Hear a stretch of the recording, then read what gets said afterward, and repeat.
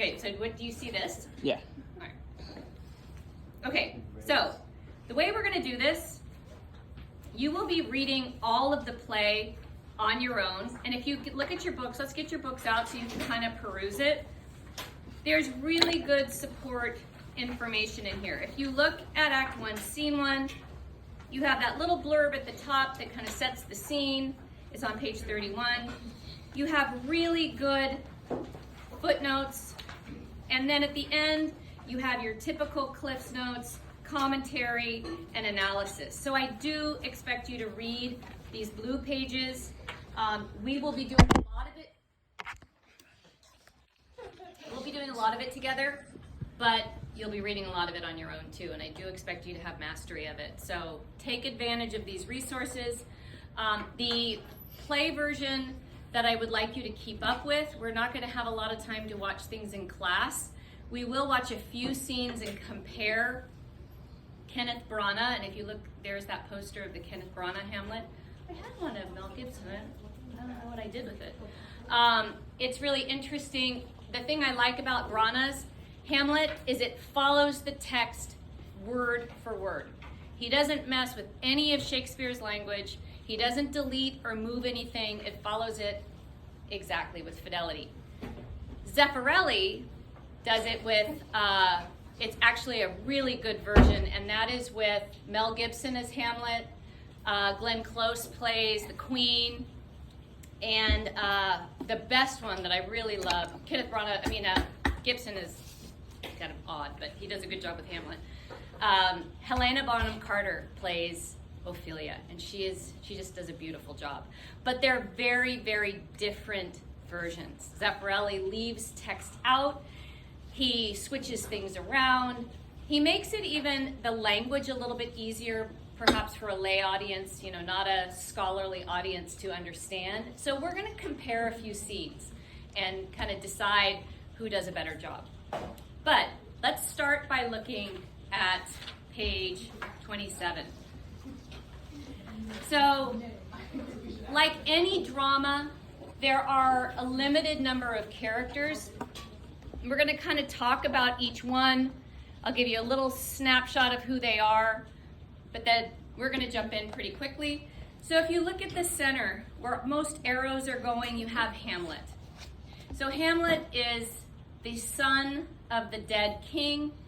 He is the Prince of Denmark, and of course he's our tragic hero. Right above him is his mother, and notice that she has arrows that go to the ghost, and the ghost is the dead king. So he is dead when the play opens. And on the other side, you have Claudius, who is her current lover, husband, who is the brother of the dead king. Now, what's really interesting about this, Shakespeare, of course, wrote this story and it was produced when Elizabeth I and James I were ruling England. What's interesting about that scenario is Elizabeth I's father was Henry VIII, right? And Henry VIII was not supposed to be king. His brother was the king. But he was kind of sickly and died very young. So he died supposedly before he consummated his marriage to Catherine of Aragon. So Catherine of Aragon is an important character. She's an important figure historically. Does anybody know who her parents are? Isabel and Ferdinand of Spain. Enormously powerful monarchs. And they were closely aligned to the Holy Roman Emperor. I mean, these guys were really powerful. So they send off their daughter in this very political marriage to be married to the King of England. Before she even has a chance to get acclimated, he dies, which would make her I don't know how to respond to that. Oh, I'm sure. She then becomes what they call a dowager queen, which means you have no power. You get sent off to some small estate, like in the woods somewhere, and nobody really hears from you. So all of their political aspirations are gone. So they go to the drawing board and they say, we got to fix this. So when, I think his name was Edward. Was it Edward? Arthur. No. Was it Arthur? So when he dies, they go to the drawing board, and what they decide is, look, if Catherine and the king never had sex, never consummated their marriage, it didn't happen. So now, because she's a virgin, she can marry Henry, who is the young king. And imagine that Catherine of Aragon looks like Selma Hayek. She is beautiful, and she's powerful. She's aligned to this powerful family in Spain. I mean, everything is perfect about her. And Henry is about, let's say, 17 years old. He's young. And he looks at this 25, 23-year-old Selma Hayek or Catherine Zeta-Jones, whoever does it for you, imagine that. I think, not Selma Hayek, Penelope Cruz. That's going to be mine. Isn't she beautiful? So this woman is like drop dead gorgeous. So Henry's like, okay, that works for me. Sounds good. So when he marries Catherine, she's supposedly a virgin. So that means that their marriage can be blessed by God, because it wasn't consummated in the other marriage. But what starts to happen is, let's say he's 17, she's 23. That's awesome. When he's 20 and she's 25, it's still pretty cool. 22, 28, 28, 33, it's not that fun anymore. She's starting to not look as good. People aged a little bit faster, and the older Henry got and the older Catherine got, it kind of lost its fizzle. That said, she also had real problems conceiving a child. They had one daughter, born healthy, but then many miscarriages, and she wasn't able to carry another baby to term. So the problem was for Henry that he had a daughter, Mary. Why would he want a son? He needs an heir. So what he decides is that he's going to go to the Pope and say, my marriage is cursed because Catherine was no virgin. Can you imagine betraying her like that? So he calls her out as not a virgin. And he says, for that reason, my marriage is cursed. Well, the Pope, keep in mind, is like this with Ferdinand and Isabella. And how do you think Ferdinand and Isabella reacted to that allegation? Not well. Oh, not well at all. They were enormously offended. So it ends up being this big to-do, but Henry has his eyes on this other woman in court, Anne Boleyn, who says, I'm not going to sleep with you unless I'm your wife. And he's like, what? How dare you? I'm the king. The king, it's good to be the king. You have to sleep with me if I want you to sleep with me. But she refused. And she was a Protestant. She had other things in mind. And that's how that whole, basically the Reformation happened. So he declared himself divorced from Catherine. He was excommunicated from the church. And Catherine went off to live in some little monastery somewhere or some little castle with her daughter Mary. He married Anne Boleyn. Anybody know who their next child was? Elizabeth I. So, does he have a son yet? No. Then he gets rid of Anne Boleyn, chops her head off. And he marries another young girl, Jane Seymour. They have a child, Edward. And he again, born sickly, never healthy, was kind of always weak. Jane Seymour dies in childbirth. So now he's 0 for 3 with wives. Then he marries, was it Anne of Cleves? Okay, this is my favorite story. And I'm getting off track, but this is my favorite story. So everybody's kind of annoyed with him.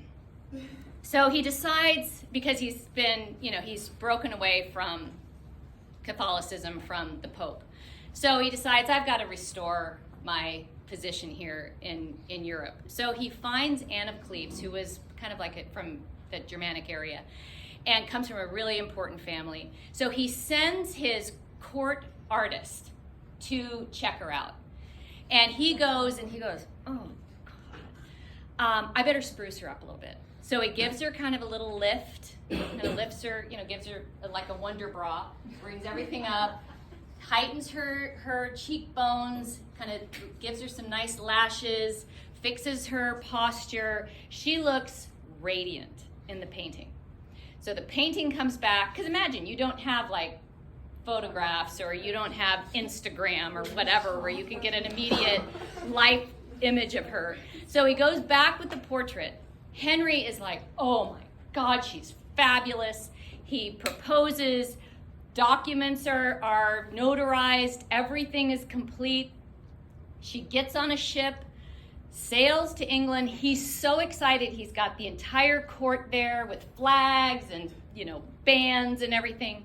She takes one step off the ship and he's like, oh, hell no, and leaves.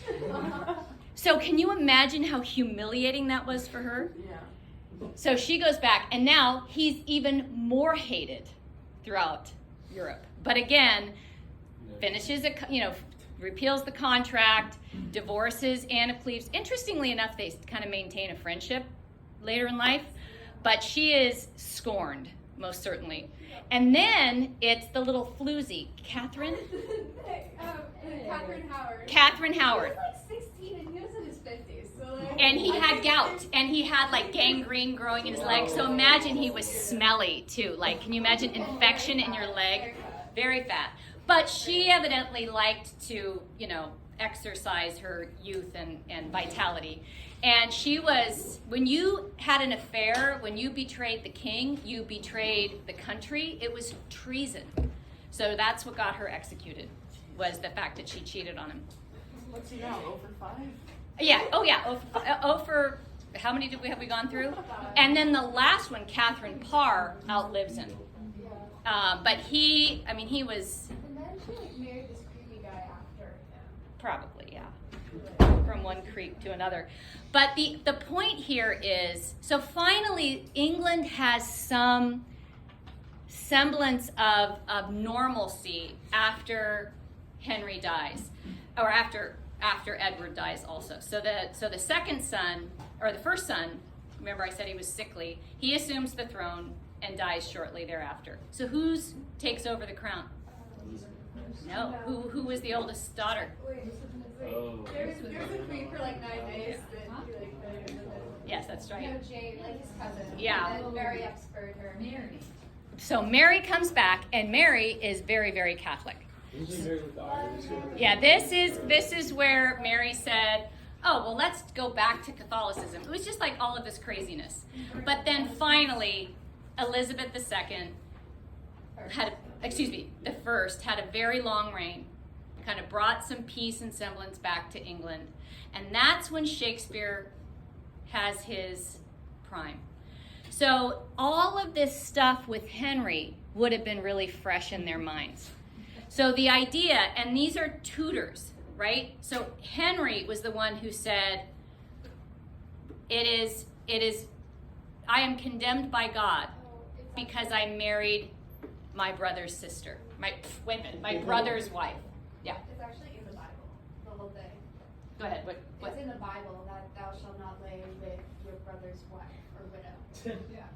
So, But if you don't do anything when you're laying there, that was the justification they used. Yeah. But like, it's not just, it's just in the Bible. That's why he said it. But he did it. I mean, remember. No, it's actually really funny because Anne Boleyn is his mistress's sister. So Oh, yeah. He broke the rule too. Well, by the marrying thing, Anne Boleyn. but the interesting thing about being a monarch, and this was the difference between being a man and a woman also. The king was completely within his right to have mistresses and to bear illegitimate children. And those illegitimate children actually were given titles and property and all kinds of great benefits. So he had male children, but none of them were heirs. But the point of bringing that whole story up is the audience would have thought of Gertrude's marriage to her dead husband's brother as incestuous. They would have gone, that's creepy, because of Henry's history. So Shakespeare was very pro-Tudor, and this is a little bit of his propaganda, but that would have been viewed as creepy. So notice on this character chart, Claudius and the ghost are siblings. They are brothers. So right off, no one is going to like Claudius because he's the creepy, incestuous king, married to the slutty queen. So take a look at Hamlet, also his lover there, Ophelia. So Ophelia is not his equal, but it is someone that he has a relationship with and loves. Whether or not that love has been intimate is a question of the play, but she has a brother, Laertes, who is very honorable, and he is honorable throughout the play. They are the children of Polonius. Polonius is the fool. Polonius is the comical character. He is the Falstaff. He is the one that's kind of brings a little bit of light levity to the play. And those are his two children. And then you'll notice that Hamlet has two friends, Horatio, who is a loyal friend from Wittenberg, and Rosencrantz and Guildenstern are his childhood friends. So there's not a ton of characters, but there's a good number. So what we're going to do is we are going to read parts of this together and try to switch up who's reading what role every act. So let's do this very quickly. Who wants to be Hamlet for Act 1? All right, let's do, Shane, you can be Hamlet. Em, do you want to be Horatio? Sure. Can I be Bernardo? Okay, is that Kira 2? Yeah. Okay, Kira 2 is Bernardo. Yes, do you want to, ooh, all right. We need to have a little bit of an audition. Stand up. Oh, wow. For what? Stand up, yeah. And Daniel, stand up. Oh, it's gone down. can we stand up and act this out? The parts of it we will. Yeah. All right, let's see. And who else wants to audition? You don't know what you're auditioning for. Zach. Okay, the ghost. Every time the ghost comes in, he woos. And every time he comes out, he woos. You gotta woo from deep in your belly. It's gotta be no, hold on. You're gonna have to get air in from your bowels. You need to woo. Ready? Do it. Oh. Okay. Let's hear it. Oh, thank you. All right. Do we need to hear it one more time? Okay, one more time. I don't know if I can replicate it, no? Okay, you're gonna have to replicate it every time you enter, every time you exit a scene. You gotta woo. Do it.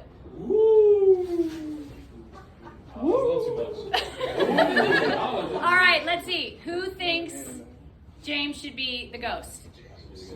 Who thinks Daniel should be the ghost? Oh, James! Oh my God! I was blown out. Okay, so you are going to be the sleazy king. I can do that. I know, I don't need to typecast you, but I think it'll work.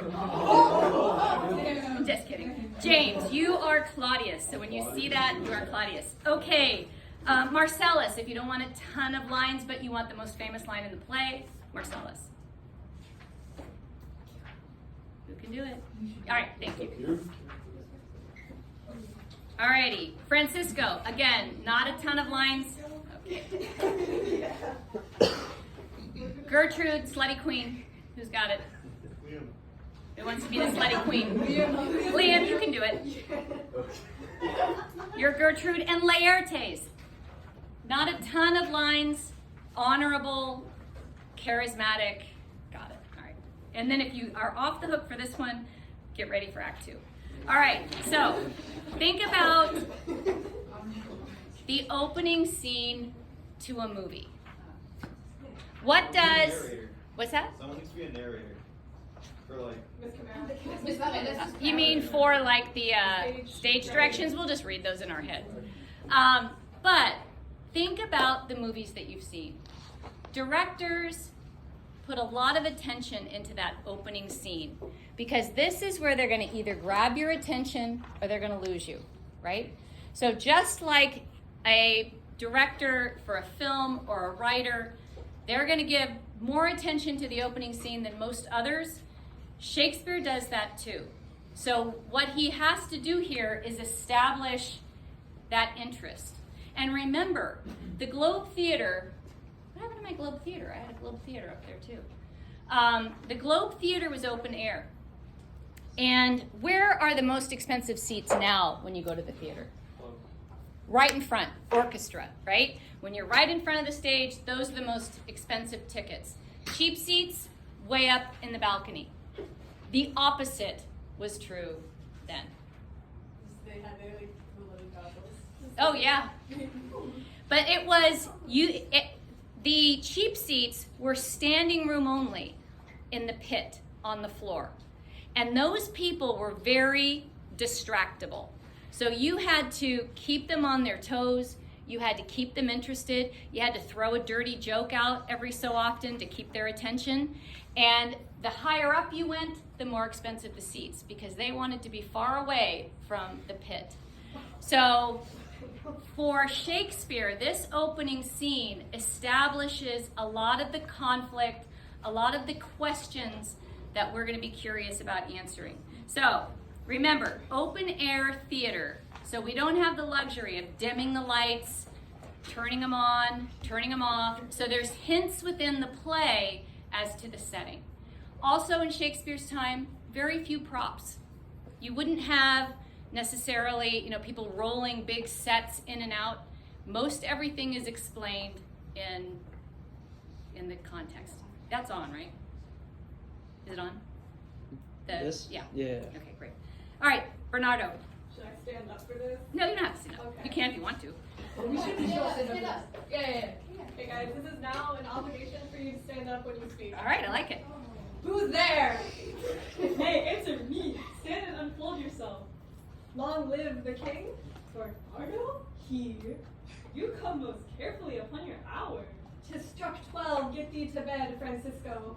For this relief, much thanks. 'Tis bitter cold, and I am sick at heart. Have you had quiet guard? Not a mouse stirring. Well, good night. If you do meet Horatio and Marcellus, the rivals of my watch, bid them make haste. I think I hear them. Stand, Poe. Who is there? Okay, so interesting. We know now there's been enough hints within the story. When is this? It's the clock has struck 12. Is it noon or midnight? It's midnight. How do you know? 12 tends to be called midnight. Well, and it's called Get Thee to Bed. And they are on stage together and they can't see each other. Hey, who is that? Who do I see? They can't see each other. So again, he has to make that clear, and he does it through the dialogue. All right, so here comes Horatio and Marcellus. So what's interesting is Horatio is not of the same status as these guards. He is a friend of Hamlet. And he's going to be dressed differently, and he's going to have a different air about him. So he is educated, he is of a higher class, exactly, than these guys who are just simple guards. So, Horatio. Friends to this ground. And liegemen to the dame. Give you good night. Oh, farewell, honest soldier. Who hath relieved you? Bernardo has my place. Give you good night. Hola, Bernardo. Say what? Is Horatio there? A piece of him. Welcome, Horatio. Welcome, good Marcellus. What? Has this thing appeared again tonight? I have seen nothing. Horatio says 'tis but our fantasy, and will not let belief take hold of him. Touching this dreaded sight twice seen of us, therefore I have entreated him along with us to watch the minutes of this night, that if again the apparition come, he may approve our eyes and speak to it. So what is the big question? What's supposed to get us interested in this scene? What do they have a ghost. So a ghost has appeared, and they have Horatio there to see it. You're a ghost hunter. There you go. Yes. All right, let's continue. Tush, tush, 'twill not appear. Sit down a while, and let us once again assail your ears that are so fortified against our story, what we 2 nights have seen. Well, sit we down and let us hear Bernardo speak of this. Last night of all, when yon same star that's westward from the pole had made its course to illume that part of heaven where now it burns, Marcellus and myself, the bell then beating one. Good. Marcellus? Peace. Okay, it's a ghost. A ghost is just wooed at you. Peace. Peace. Break thee off. Look where it comes again. In the same figure like the king that's dead. Thou art a scholar. Speak to it, Horatio. Looks it not like the king. Mark it, Horatio? Most like it harrows me with fear and wonder. It would be spoke too. Question it, Horatio. What art thou that usurp at this time of night together with that fair and warlike form in which the majesty of buried Denmark did sometimes march? By heaven, I charge thee, speak! It is offended. See, it stalks away. Stay! Speak, speak! I charge thee, speak! Perfect. Great. So the ghost shows up. Horatio tries to confront it, and he stalks off. Who do you think the ghost might be looking for? Hamlet, right? So one of the interesting things is, so the first question of the play is the ghost story. The ghost story is the first question. And remember, one of the kind of recurring motifs that we see throughout Western literature is that it is a son's responsibility to avenge any wrongdoing suffered by his father. What other stories tell that same story? It's a son's responsibility to avenge his father. Can you think of any? Lion King? Yes. Yeah. But even like if you go back and you look at Greek mythology, you have the story of Orestes. Remember Orestes, the son of Agamemnon? His father is killed. He must avenge his father's death, which means he has to kill his mother. So kind of an interesting twist. But this is a long-standing theme. So it is a son's responsibility to avenge his father. You might jot that down in your notes. So the fact that the ghost won't speak to Horatio or Marcellus or Francisco or Bernardo is not surprising, because he might be looking for his son. Because why do people end up as ghosts?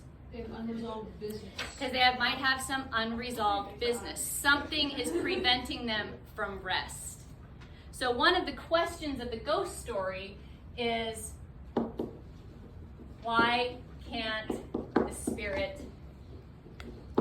rest?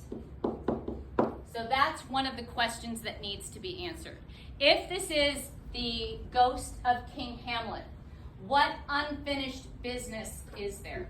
That's one of the questions the audience is going to be curious about. All right, let's continue. 'Tis gone, will not answer. How now, Horatio? You tremble and look pale. Is not this something more than fantasy? What think you want? Before my God, I might not disbelieve without the sensible and true avouch of mine own eyes. Is it not like the king? As thou art to thyself, such was the very army he had on when he, the ambitious Norway, combated. So frowned he once when in the angry parle he smote the slitted pollux on the ice. 'Tis strange. Thus twice before, and jump at this dead hour, with martial stalk hath he gone by our watch.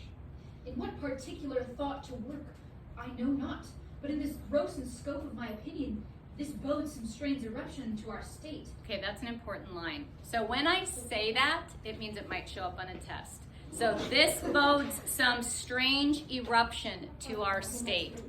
Eruption is an interesting word.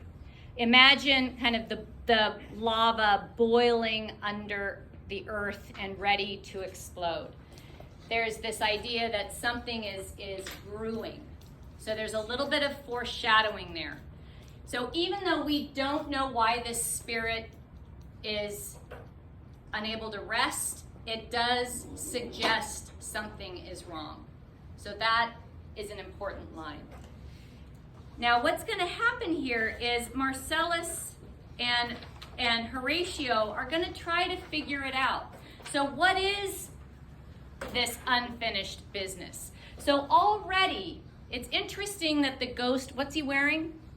Armor. Armor. So he's not wearing his pajamas. He's not wearing his tennis clothes. He's in full armor. So they are going to speculate on why his image might be that, and what this unresolved conflict is. We already know that he battled what country? Norway. So we live here with Hamlet in Denmark. So this is the Danish king. There was some sort of conflict with Norway, and this history is going to be important. So Marcellus, go ahead, and then we'll hear Horatio's theory. Good now, sit down and tell me he that knows, why the same strict and most observant watch so nightly toils the subject of the land, and why such daily cast of brazen cannon and foreign mart for implements of war, why such impress of shipwrights, whose sore task does not divide the Sunday from the week, but might be toward that this sweaty haste doth make the night joint laborer with the day. Who isn't that can inform me? Okay, so who can inform me? You're going to take a shot at it, Horatio. And as Horatio speaks, I want you to figure out what is the history of this conflict, because Horatio is going to tell us. So look at this really carefully and try to glean from this speech what the history is. Okay, go ahead. That can I, at least the whisper goes so. Our last king, whose image even but now appeared to us, was, as you know, by Fortinbras of Norway, thereto pricked by a most emulate pride, dared to combat in which our valiant Hamlet, for so this side of our known world esteemed him, did slay this Fortinbras, who, by sealed compact, well ratified by law and heraldry, did forfeit with his life all those his lands which he stood seized of, to the conqueror, against by which a moiety competent was gauged by our king, which had returned to the inheritance of Fortinbras, and had he been vanquisher, as by the same comart and carriage of the article designed, his fell to Hamlet. Now, sir, young Fortinbras, of unimproved metal, hot and full, hath in the skirts of Norway here and there, sharped up a list of lawless resolutes for food and diet to some enterprise that hath a stomach in it, which is no other as it doth well appear unto our state, but to recover of us by strong hand in terms compulsative those foresaid lands so by his father lost. And this, I take it, is the main motive of our preparations. The source of this our watch and the chief head of this post haste and rummaged in the land. All right, so this conflict with Norway is not over, and that's what's important here. In fact, Horatio says the reason why I think we've stepped up the guard why you are out here patrolling the outskirts of the estate is because Norway is right now a threat. So, who are these kings? Who is the king of Denmark? What's his name? Well, that's the current king. Who's the old king? The ghost. The ghost. This is King Hamlet. Oh, King. So King Hamlet is dead, and we'll put a D here for deceased. Who is the king, or was the king of Norway? King Fortinbras. And what is his status? So he is also dead. How did he end up dead? Hamlet killed him. Did he murder him? Slayed him. In what, though? In like a duel. In battle. So these guys made an agreement and said, we're going to go to battle. The winner takes the land. So this was something ratified. This was something agreed upon by both parties. So is it criminal that King Hamlet killed King Fortinbras? No.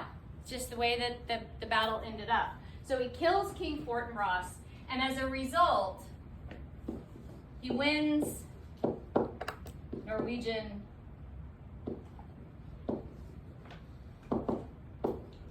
and he wins honor. So here we suffer, he loses land and honor. Fortinbras. Now what's interesting is, if Fortinbras is dead, how is there a current threat? The sun.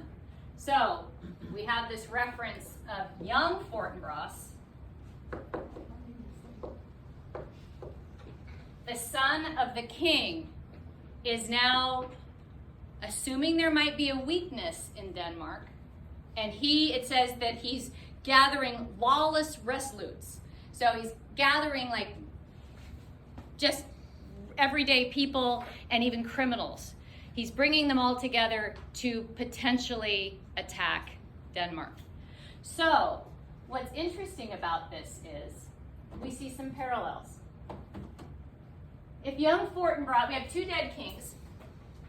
Young Fortinbras is motivated by that same theme I just mentioned. What is the son's duty? To avenge his father. And in this case, restore his father's honor. So I'm going to put that here in red.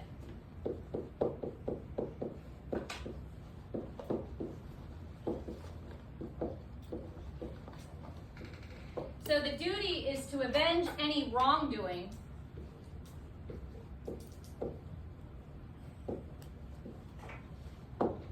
and or restore honor suffered by his father. So what's interesting is he isn't necessarily avenging his father, right? Because this was all legit. But he is attempting to restore his dignity and his honor and return this land to Denmark. So if young Fortinbras is here, we see this kind of parallel experience in Denmark and in Norway. Who is young over here? Young Hamlet.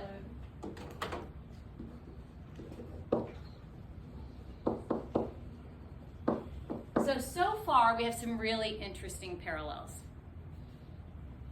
The difference so far is we don't know young Hamlet yet, but young Fortinbras is actively trying to restore his father's losses, his father's dignity. So what do you think about that, Bernardo? Okay. I think it'd be no other, but I don't know how to say that. Even so. Well, it may sort that this portentous figure comes armed for our watch, so like the king, that was and is the question of these wars. A mote it is to trouble the mind's eye. In the most high and palmy state of Rome, a little ere the mightiest Julius fell, the grave stood tenantless, and the sheeted dead did squeak and gibber in the Roman streets, as stars with trains of fire and dews of blood, disasters in the sun, and the moist star upon whose influence Neptune empire stands, was sick almost to doomsday with eclipse. And even the light precursor of fierce events is harbingers proceeding, so the fates, the prologue to the omen coming on, have heaven and earth together demonstrated unto our limatures and countrymen. Ooh. But soft, behold, lo, where it comes again, I'll cross it, though it blast me. Stay, illusion, if thou hast any sound or use of voice, speak to me. If there be any good things to be done, that may to thee do ease and grace to me, speak to me. If thou art privy to the country, to thy country's fate, which happily foreknowing may avoid, oh speak. Or if thou hast hoarded in thy life extorted treasure in the womb of the earth, for which they say you spirits oft walk in death. Speak of it. Stay and speak. Stop it, Marcellus. Shall I strike it with my... Oh my God, Marcellus. You have to, you're in a panic. There's a big ghost in armor. Stop it, Marcellus. Shall I strike it with my partisan? Should I strike it with my sword? Horatio. Do it, if it will not stand. 'Tis here! 'Tis here! Oh, good one. Okay, Marcellus. 'Tis gone. We do it wrong, being so majestical, to offer it show of violence, for it is as the air invulnerable, and our bane blows malicious mockery. It was about to speak when the cock crew. And then it started like a guilty thing upon a fearful summons. I have heard the cock, that it is the trumpet up to the morn, doth with his lofty and shrill sounding throat awake the god of day, and at his warning, whether in sea or fire, in earth or air, the extravagant and daring spirit hies to his confidence, and of the truth herein this present object made probation. It faded on the crowing of the cock. Some say that ever against that season comes, wherein our Savior's birth is celebrated. The bird of dawning singeth all night long. And then they say, no spirit dare stir abroad. The nights are wholesome, then no planet strike, no fairy takes, nor witch hath power to charm. So hallowed and so gracious is that time. So have I heard, and do in part believe it. But look, the morn in russet mantle clad walks over the dew of yon high eastern hill. Break we our watch up, and by my advice let us impart what we have seen tonight until this young hamlet. For, upon my life, this spirit, done to us, will speak to him. Do you consent we shall acquaint him with it, as needful in our loves, fitting our duty? Let's dot. I Do pray- it. Let's do it. Let's do it. I pray, and I this morning know where we shall find him most conveniently. I think Marcellus needs a nap. He is tired. All right. So I fixed this because I really think it's important that you note it is a son's duty to avenge any wrongdoing suffered by his father and or restore his honor. And that is what we see young Fortinbras potentially doing, and it might be what young Hamlet is asked to do. So Horatio is right. The ghost is out there wandering around, probably looking for his son. So now Marcellus says, I know where he is, let's go get him. So think about this first scene. It's exciting. We have a ghost story, and we have this question to answer. Why is this ghost suffering? Why can't he rest? But there's another question. So the Elizabethans believed that a ghost was a spirit that can't rest, or it is a demon taking the shape of the deceased. So that would mean it's some like evil spirit who is there to trick people by taking this shape. So the question is, why can't the spirit rest? And is the ghost truly the dead king? That will have to be determined too. Could this be an evil trickster demon that is just taking the shape of King Hamlet? So what's interesting here is we have that really dark, exciting scene, and now we shift to the palace, and we see our creepy king. And at this point, remember, the audience doesn't know that Claudius is the brother of Hamlet. So Claudius is going to reveal that in this monologue. What is a monologue? Like a solo speech. It is a solo speech, but a monologue is different from a soliloquy, and I want you to get these in your notes. So what is a monologue? One has, has a scene partner. So a monologue is a speech given by an actor on stage, but it is intended for a great audience. The President's State of the Union address is a monologue, right? It's a prepared speech that not only the people in the actual audience are listening to, but also the entire court. So all of the actors. So this is like his State of the Union address. What's a soliloquy? An aside. Yeah. The speech addressed clearly to the audience, not any observer. Right. So, and an aside is important too. So an aside is like a little glimpse at what the character is thinking. So unlike film, where you can do a voiceover, and I can just kind of look off into the sky and be thoughtful, and you can hear my thoughts, right? Because they can do a voiceover. You can't do that in theater. So what a hero, usually it's the hero, will do is be on stage, and he will turn and face the audience so we can get the feel that he's talking to us. We're hearing his inner thoughts, but no one on stage can hear him. So he's telling us what he's thinking. That's a soliloquy. An aside is when that is just a couple of sentences. The monologue, everybody hears. So what's interesting is here you have this new king, and this is the first time he's addressing the court. What do you think he's going to have to do? If you were the new king addressing the court, whose or what is the first thing you would discuss, you would mention? Huh? The death of the last one? Right, you're going to have to acknowledge the death of the previous king. That would be important.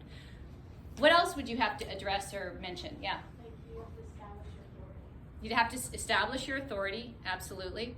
Who else might you mention? Like the new heir. A new heir. Well, he's there, but who would be the next heir? Yeah. Who else would he mention, perhaps? Gertrude, the widow. Absolutely. So the order of the people that he addresses here is really important. So as we hear from Claudius, I want you to note that. Maybe even with a pencil in your text, lightly note, who does he mention first? Who does he honor next? What does he establish next? What is the order of, I guess, the content of his speech? So, King. Alright. Though yet of Hamlet our dear brother's death, the memory be green, and that it us befitted, to bear our hearts in grief, and our whole kingdom to be contracted in one brow of woe. Yet so far hath discretion fought with nature, that we with wisest sorrow think on him, together with remembrance of ourselves.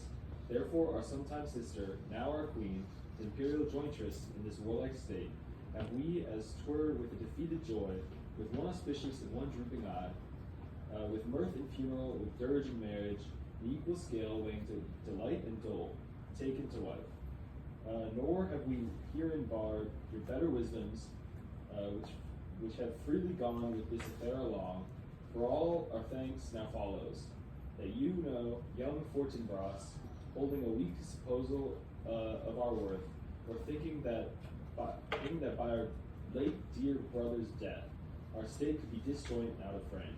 Collied with the dream of his advantage, he hath not failed to pester us with the message, reporting the surrender of those lands lost by his father, with all bands of law. To our most valiant brother, so much for him, now for ourselves and for this time of need. Thus much the business is, we have here writ to Norway, uncle of young Fortinbras, who impotent, bedridden, scarcely hears of this nephew's purpose, to suppress his further gait herein, in that the levies, the lists, in full proportions, are all made out to his subject. And we here dispatch you, good Cornelius, and you, Voltimand, for bearers of this greeting to old Norway, giving to you no further personal power to business with the king more than the scope of these delayed articles allow. Farewell, and let your haste command your turn. Okay, so let's go back to the beginning of the speech. So really important speech. Who does he mention first? King Hamlet, probably wise. Why does he say, our dear brother's death, the memory be green? What does that suggest? It's fresh. So he didn't die a long time ago. This is new. And so he says, my dear brother. He calls him valiant brother later on, so he uses really positive diction, respectful diction. Who does he mention next? Gertrude. Now look at what he says about her. Therefore, our sometime sister. Interesting alliteration there, so there's some added attention. You might note that. Therefore, our sometime sister, now our queen, the imperial jointress to this warlike state. How did he get the crown? By marrying her. She is the joint. She is the link to the crown. So he didn't get it because Hamlet's too young and he wasn't old enough to assume the crown. He did it because somehow the royal line goes through her. So it seems a little shady and creepy and incestuous that he says, my sometime sister. Oh yeah, you were once my sister, now you're my wife. So that kind of adds to that whole, remember, and that audience would have gone, ew, because they had the whole Henry VIII story behind them. So then who does he talk about? Norway. So here he recognizes the threat of Norway. But who is the king of Norway? Some like bedridden guy. Bedridden. So let's see what he says about that. Oh, wait a minute. That might be in the next part. Let's see. Okay, so if you look at the top of page 40, he says, Norway's king is the uncle of young Fortinbras. and he is impotent and bedrid. So that's more information for here. So, another interesting similarity. Who is the current king of Norway? The brother of the dead king. Where's the crown?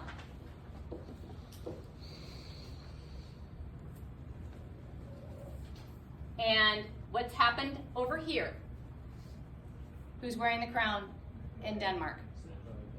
The brother of the dead king.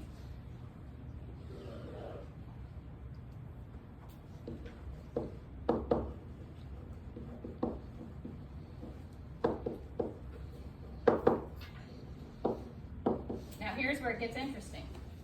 This one is impotent and bedrid. Impotent is an interesting choice of words. What do you think of when you think of impotent? What does it mean literally? Incapable. Can't do it. Can't do the job. What do we usually connect that to? Sex. Can't do it. Can't make it work. So to say that he is impotent, it means that he's flaccid at his job. He can't do the work. But there's absolutely sexual innuendo there. He's sickly. So this guy is not really capable. The interesting thing is to compare it to this king, who is the opposite. We're going to meet Hamlet in a minute. What grosses Hamlet out beyond anything is that his mother is having sex with his father's brother. So he is very potent. And he is very healthy. So what do we have here is a foil relationship between Denmark and Norway. So it's just really interesting how this comes together. So who has he not mentioned? Hamlet. And Hamlet, you're getting more and more annoyed. So imagine yourself kind of sitting off to the side, just seething, because it's disrespected you, right? You should first of all be wearing the crown. But that was denied you through his kind of whatever he did with Gertrude. So you're pissed about that. And now he's disrespecting you by not acknowledging you in his speech. And he's going to talk to these servants first, asking Cornelius and Voltimand to go and deliver a message to Norway. And that in all things we shall show our duty, King. Okay. We doubted nothing. Heartily farewell. And now, Laertes, what's the news from you? You told us of some suit. What is it, Laertes? You cannot speak of reason to the Dane, and lose your voice. What wouldst thou beg, Laertes? That shall not be my offer, not thy asking. The head is not more native to the heart, the hand more instrumental to the mouth. That is the throne of Denmark to thy father. What wouldst thou have, Laertes? Dread, my lord, your leave and favor to return to France, from whence thou willingly I came to Denmark, to show my duty in your coronation. Yet now I must confess that duty done. My thoughts and wishes bend again toward France, and bow them to your gracious leave and pardon. So you're a little uncomfortable because you are the son of like the king's minister, so you're not even in the royal family, and even you know that Hamlet's being dissed. So he's bringing you up before he even mentions the prince. So you're like, oh geez, you want to hear from me? But you have been there for the funeral and for the coronation. You just want to go back home, and that is Paris to you. Polonius, you're the father. Are you going to let that happen? He hath, my lord, wrung from me my slow leave by laboursome petition, and at last, upon his will, I seal with my heart consent. I do beseech you give him leave to go. Take thy fair hour, Laertes, time be thine, and thy best graces spend it at thy will. But now, my cousin Hamlet and my son. All right, so finally. And now Hamlet, how do you like being, so cousin meaning like nephew. Oh, and now you're my son. How does that make you feel? Pretty good. How many of you have step-parents? I'm a step-parent. Any of you have a stepmother? Nobody? That's really kind of shocking. My stepchildren do not call me mom. You know, I stay out of discipline. You know, anything goes wrong, I kind of just say, all right, Bob, handle it.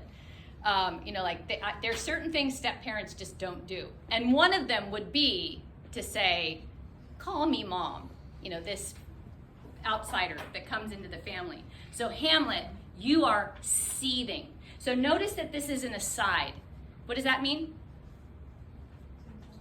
He kind of, you're saying it under your breath, and we hear it, but no one else does. So you are gonna be mad when you say it. Ready? Be mad when you say it. Ugh. Get mad. A little more than kin, less than calm. Good, and that's a very famous line. It's a play on words. He says, yes, I'm a little more than kin. So in other words, yeah, I'm now your nephew and your son, more than kin, more than related, and that makes me less than kind. Like, that makes me sick. All right, so. How is it that the clouds still hang on you? Not so, my lord. I am too much in the sun. And okay, get it? Get it? So he's saying, why is the cloud still over you? Why are you still mourning your father? Get over it. And he says, oh, no. I'm too much in the sun. Like, it's the fact that you call me son, that I am your son. That's why I have a cloud over me. Get the play? Hamlet's sharp. Okay, Queen. Good Hamlet, cast thy night. Queen has had a cold for a few days. Yeah. Good Hamlet, cast thy nighted color off, and let thine eye look like a friend on Denmark.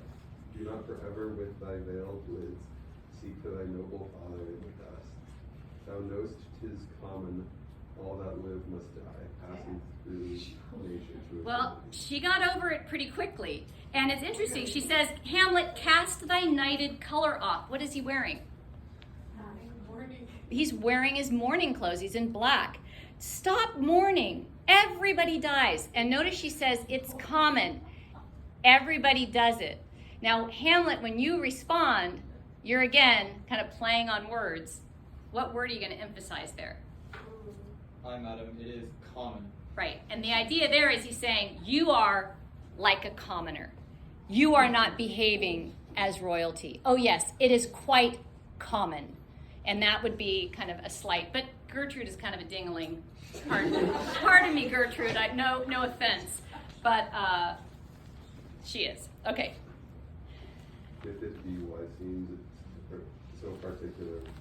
Okay, Hamlet. This is my favorite line. So, why does it seem to bother you so much? What word is going to annoy you there? Why does this seem to bother you? What? Particular. What? So if I said to you, oh, you seem really unhappy, or, God, that's not even a good one. Oh, I seem. Yeah, so you're like, seems, madam? Seems, madam. You're going to be really It mad is. about seems. I know not seems. Good. 'Tis not alone my inky cloak, good mother, nor customary suits of solemn black, nor windy suspirations of forced breath, no, nor the fruitful river in the eye, nor the dejected heavier of the visage, together with all forms, modes show of grief, that can denote me truly, these indeed seem, for they are actions that a man might play, but I have that within with passive show. These but the trappings and the suits of woe. So that line, seems, madam? It is. I know not seems. That's important. Because he's saying, it isn't that I seem to be mourning. I am mourning, you idiot. Like, he's angry with her. Now, listen to Claudius. Now, as Claudius now steps in as the patriarch, what parts of this speech would you be most offended by? Listen to what Claudius says to Hamlet, and I want you to highlight or note the parts that you think are most offensive. King. Tis sweet and commendable in your nature, Hamlet, to give these mourning duties to your father. But you must know, your father lost a father. That father lost his, and the survivor bound in filial obligations for some term to do obsequious sorrow, but to persevere in obstinate condolement is a course of impious stubbornness. 'Tis unmanly grief. It shows a will most incorrect to heaven, a heart unfortified, a mind impatient, of understanding simple and unschooled. For what we know must be and is as common as any the most vulgar thing to sense. Why should we, in our peevish opposition, take it to heart? 5. 'Tis a fault to heaven, a fault against the dead, a fault to nature. To reason most absurd, whose common theme is death of fathers, and who hath cried, from the first course till he that died today, this must be so. We pray, throw to earth this unprevailing woe, and think of us as a father. For we let the world take note, you are the most immediate to the throne, and with no less nobility of love than that which dearest father bears his son, do I impart towards you. For your intent, I'm going back to school in Wittenberg. It is most retrograde to your desire, and we beseech you, then you to remain here in the cheer and comfort of our eye, our chiefest courtier, cousin, and our son. So what part of that would have really upset Hamlet, or you, if you were to hear it? Calling him unmanly. 'Tis unmanly grief. To persevere, to continue this wallowing in mourning, in pity, is unmanly. It's girlish. It's sissy. I mean, it should offend everybody in here, right? What a jerk. And we don't even know how long it's been, but the suggestion is it hasn't been all that long. Then he admits something really interesting. Take a look at line maybe 107. Think of us as of a father, for let the world take note, you are the most immediate to our throne. First of all, why we and our? Why is... The royal we. That's a royal we. He does not mean himself and Gertrude. He is using the royal we, which means I am all of Denmark. I have all the power. And every time he does that, it's needling Hamlet, right? It's like sticking that knife in and digging it a little deeper. It is most retrograde to our desire, not me and Gertrude, me, because I am all things. I don't want you to go back to Wittenberg, to go back to school. I'm going to make you stay here because I have the authority to do that. So he's sending a real message to Hamlet. I am king, you are not. I have the power, you do not. Snap out of this whiny crap because you're a sissy. I mean, he has really dug in. So Hamlet hates this guy. There's no doubt about that. Queen, how do you feel about it? Let not thy mother lose her players, Hamlet. I pray thee stay with us, go not to Wittenberg. Oh, love it. Yes, this is the accent everyone Yep. Showing all my best to obey you, madam. Why, 'tis a loving and fair reply. Be as ourself in Denmark, madam come. This gentle and unforced accord of Hamlet is smiling to my heart in grace whereof. No jocund health that Denmark drinks today, but the great cannon the clouds shall tell. And the king's rouse the heavens shall brew it again, re-speaking earthly thunder. Come on. All right, so notice everybody leaves except for Hamlet. Hamlet, no pressure, but this is a big one. This is your first soliloquy, and it is so important that I'm going to give you a copy of it so you don't have to mark your book, but you are going to mark up the poetry of this soliloquy. So when you see soliloquies, you are going to see the most beautiful poetry in the play. And you're going to see that here. Eventually, you're going to mark this up entirely, annotate the whole thing, looking at figurative language, at meter, is there a rhyme scheme, all of it. So, Hamlet. Now, give us your state of mind. Well, FID, that sounds fire feet. Fine. So, and what are you feeling? Tell us what you're feeling. I'm pretty mad. Okay, so you're angry, but you're also grieving, right? So just life sucks for you. Okay. Oh, that is too solid flesh would melt, thaw and resolve itself into a dew, or that the everlasting had not fixed his cannon against self-slaughter. Oh God, how weary, stale, flat, and unprofitable. Seems to me all the uses of this world, fie on it, ah fie. 'Tis an unweeded garden that grows to seed things rank and gross in nature, possesses it merely, that it should come to this. But 2 months dead, nay, not so much, not 2, so excellent a king that was to this. Hyperion to a satyr, so loving to my mother, that he might not beteem the winds of heaven, visit her face too roughly, heaven and earth. But must I remember why she would hang on him as if increase of appetite had grown? By what it fed on, and yet within a month, let me not think on it. Frailty, thy name is woman. A little month or year, those shoes were old, with which she followed my poor father's body. Like Niobe, is that Niobe? Niobe. Niobe, all tears.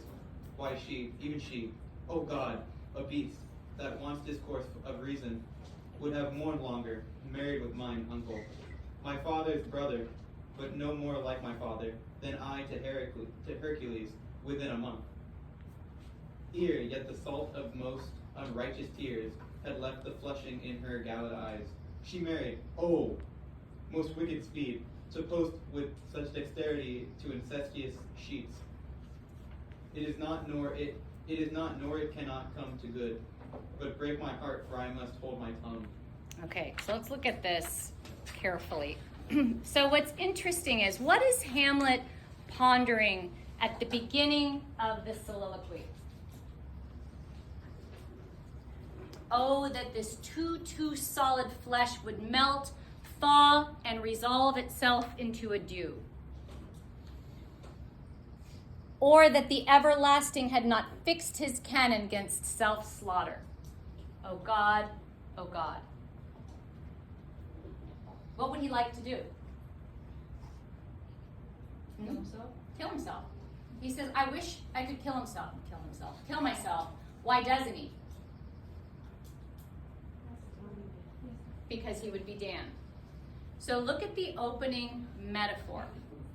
Oh, that this too solid flesh, like ice, that it could melt, thaw, and dissolve into a dew. I wish I could just disappear.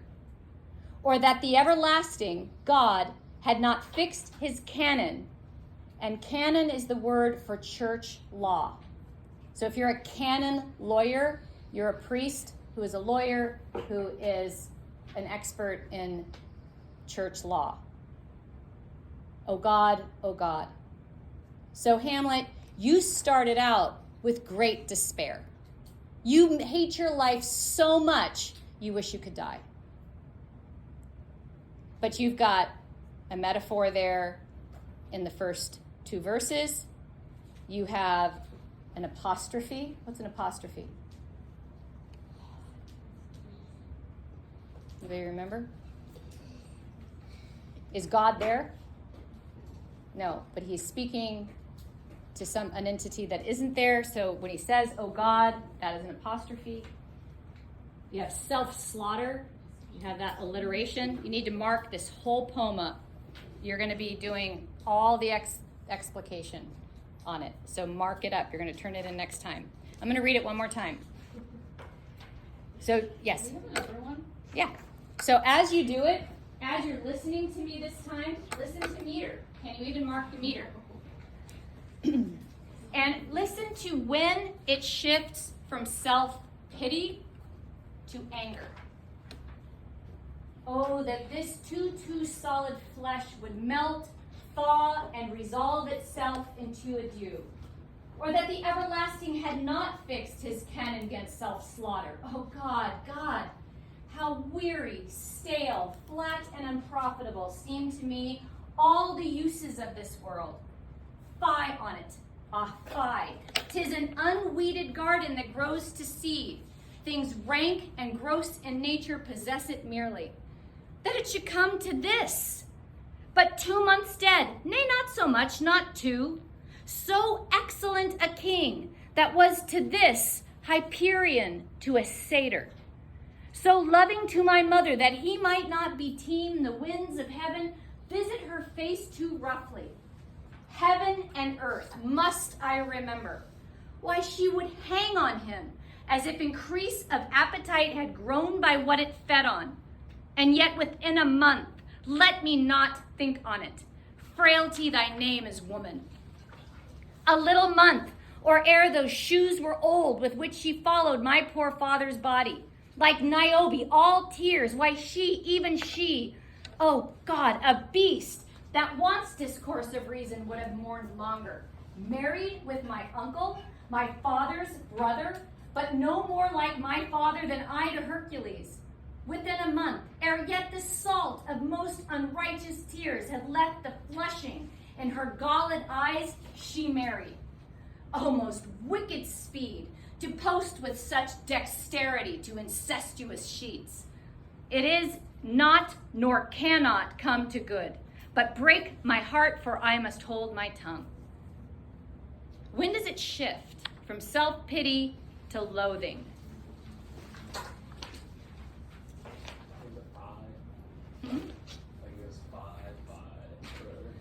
Well, it's interesting. He goes into, so one of the things that we're going to see recurring, and I'd like you to jot this into your notes and maybe even note it on this soliloquy.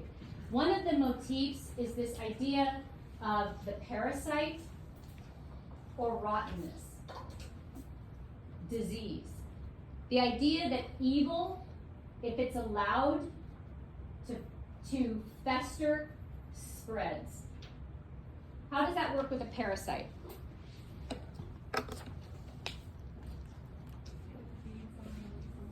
Right. So if you have, not to be gross, but let's say you have a dog that has worms. If that isn't taken care of, it will consume the animal's body. It will kill it. If you have one rotten green orange in your fruit bowl, what's going to happen to all the fruit? It's going to get rotten. It will be foul. You need to remove the rotten part. If one of you in here has COVID, what's going to happen eventually to all of us? Vaccinated. Even with that, we might get sick. But the idea is evil, like a disease, like a parasite, like something rotten, will spread. Look at this unweeded garden that grows to seed. Things rank and gross in nature possess it merely. That's an interesting metaphor. Denmark was once a garden, but it has grown to seed. What has taken over this once beautiful garden? Weeds, and weeds are parasites. So this once beautiful garden is now covered with weeds, and it has lost its beauty. What's another rotten parasite metaphor? Anything else? Okay, and who is the parasite in that line? Gertrude. Take a look at the back or the bottom of the first page. Must I remember? She would hang on him. My mother hung on my father, as if increase of appetite had grown by what it fed on, like she couldn't get enough of him. Yet, within a month, let me not think on it. So we have important information there. How much time has passed? Less than 2 months. Just shy of 2 months have passed. And how long did she wait before she married Claudius? 1 month. So it gives us a time frame. Let's say 7 weeks have gone by. She married after 1 month. They've been married for 3 weeks. That is nothing. So he is disgusted. He compares her to Niobe, who is this figure in Greek mythology, whose children were killed because she was a vain mother. I think she offended Artemis or somebody who then just killed her kids. And she cried and cried and cried and cried so much that she got so annoying. Couldn't stop crying and grieving and like weeping loudly. They turned her into a rock. And the rock was always wet with tears. So Niobe's tears are genuine, right? She really was a grieving mother. He says of his mother, like Niobe, all tears. Her eyes were still swollen at the wedding from all of her supposed crying. But who is he more angry with? Claudius or Gertrude? Gertrude. He is really fired up about her betrayal. So let's take a look at that first line. What kind of meter are we looking at?